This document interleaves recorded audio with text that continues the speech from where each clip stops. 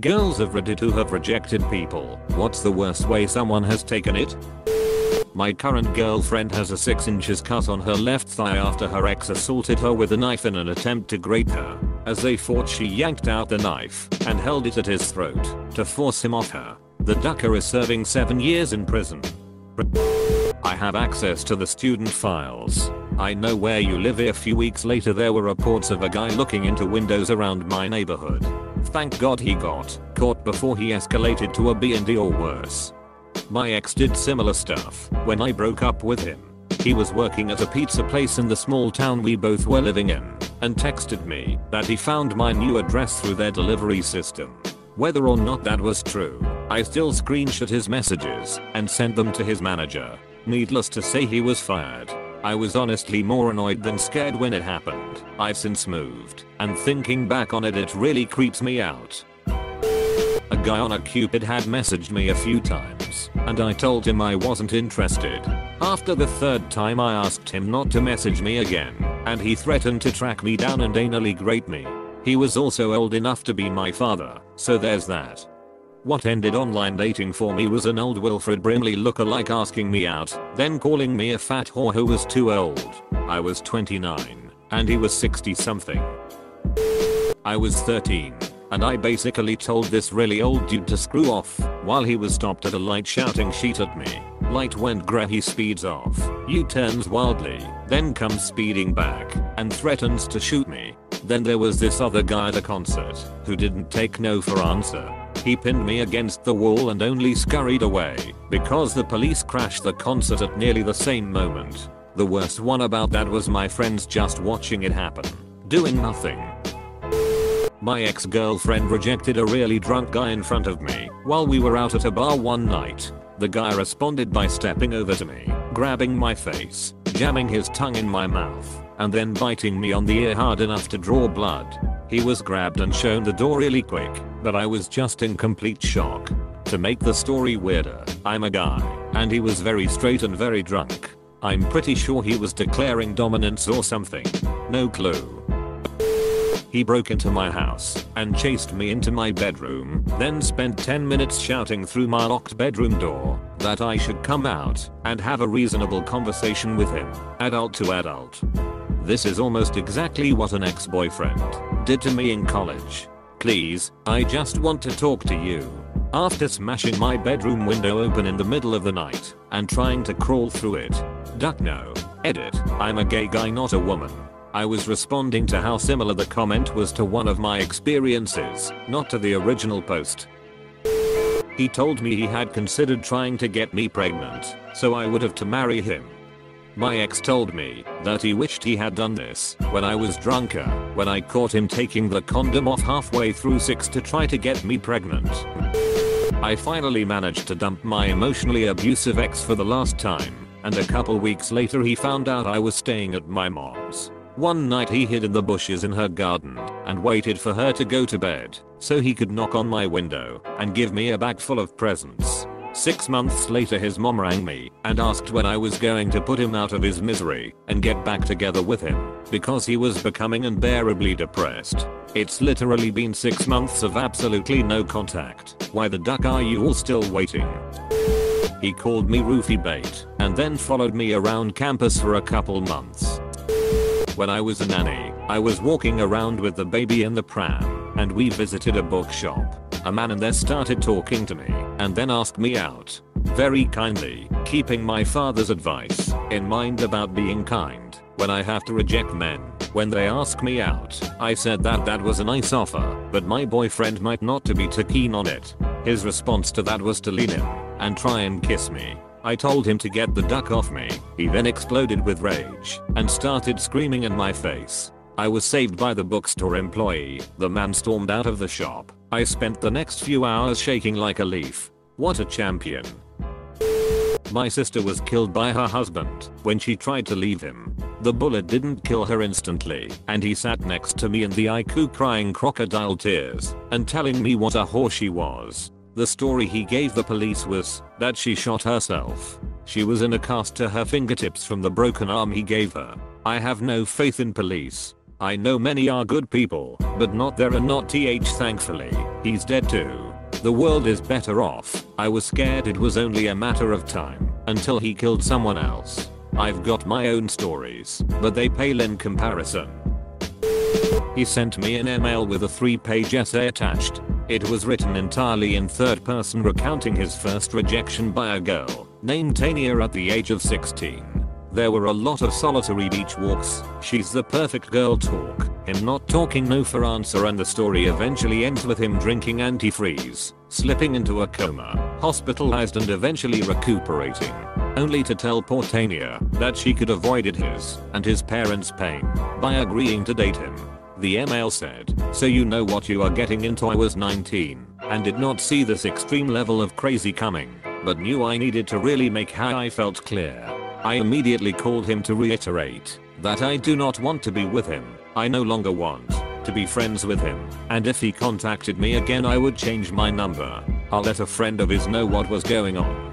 5 days later he called from a different number to tell me he was out in the country, one with a gun to his head, and if I didn't agree to be with him then and there he was pulling the trigger. I lied and convinced him I had to leave because I had a family emergency, aunt sick in the hospital, but we would talk the next day. Had mutual friend call him and report back as is suspected he was full of shit.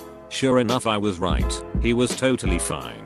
He called the next day and with the most sing-song creepy serial killer tone said, "You think you're so nice? What type of shitty human being doesn't agree to what someone needs when they tell you they are going to kill themselves? You piece of shit." I lost the plot, told him I'm changing my numbers and the next time he contacts me it will be the police involved. He just laughed the whole time and told me he hopes I die alone like I deserve.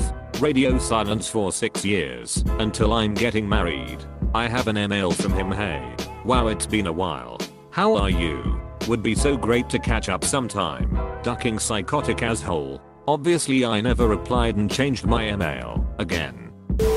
I also once had a guy send me hundreds of text messages calling me all kinds of names, cursing me out and threatening me because I didn't have sex with him after our entirely lackluster first and last date.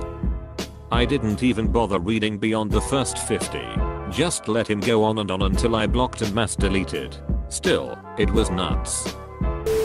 This is a slightly different take, but I turned a guy down for a date and he then posted a long snap story about how much he loves his wife that he had neglected to mention all that time. I had something like this before. Older guy I was working a film festival with. At the opening night he said something along the lines of, "You know there's something between us." When I ignored it, he started loudly repeating how he wished he'd brought his girlfriend, clearly trying to save face. Poor guy thought you had the hots for him and wanted to politely say it couldn't work, then saw you misunderstood and had to clarify that the love for his girlfriend is a stone wall your waves of infatuation are crushing against. Yeah, that was it. I was pregnant, out celebrating my birthday with my partner.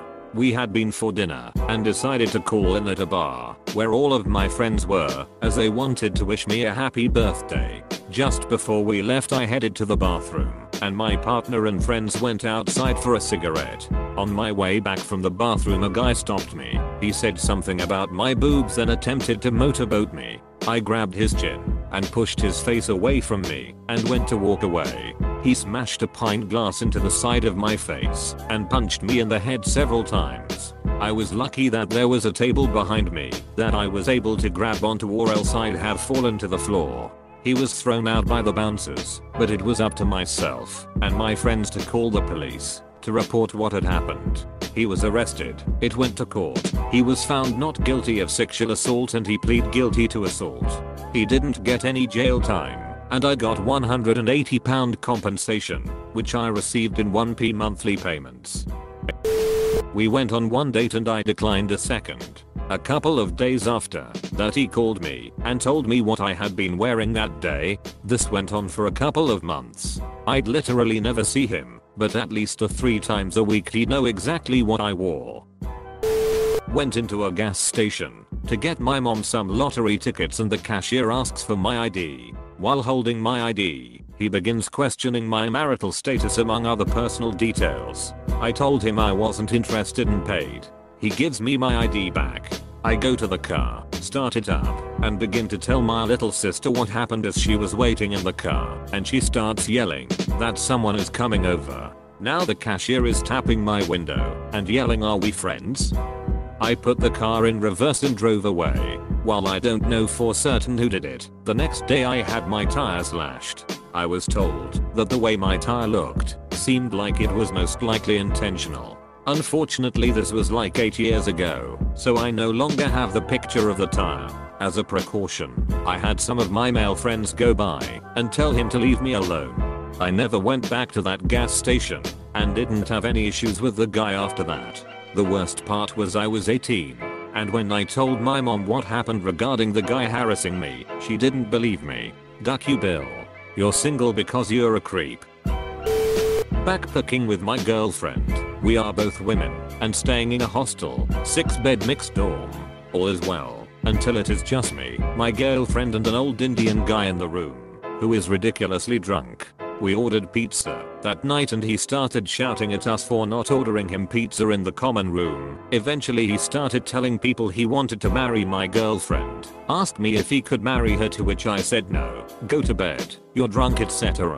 Anything to get him away from us. We went to bed eventually. He kept talking and talking about how much he liked my girlfriend. I asked him to stop. He was making her uncomfortable and repeatedly said go to sleep, which he didn't. He proceeded to start masturbating over me and saying my girlfriend's name as I was bottom bunk. My girlfriend was top bunk. It was horrible. My girlfriend threw a bottle of water off his head and we both ran out of the room to go to the reception desk to complain.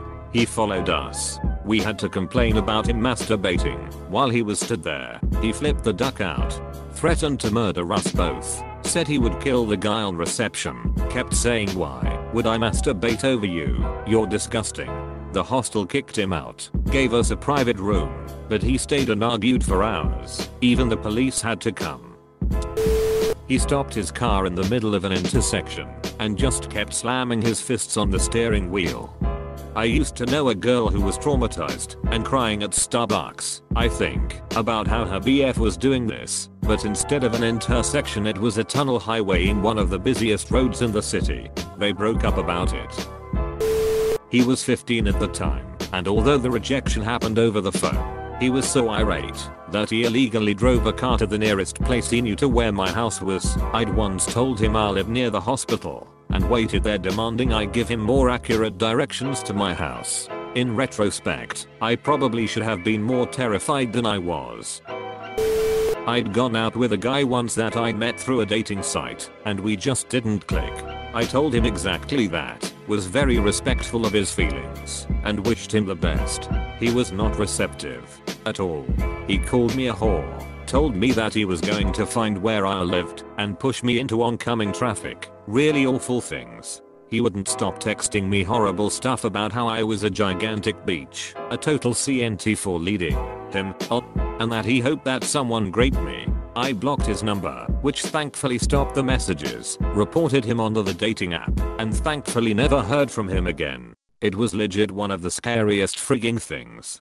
Dude was unhinged.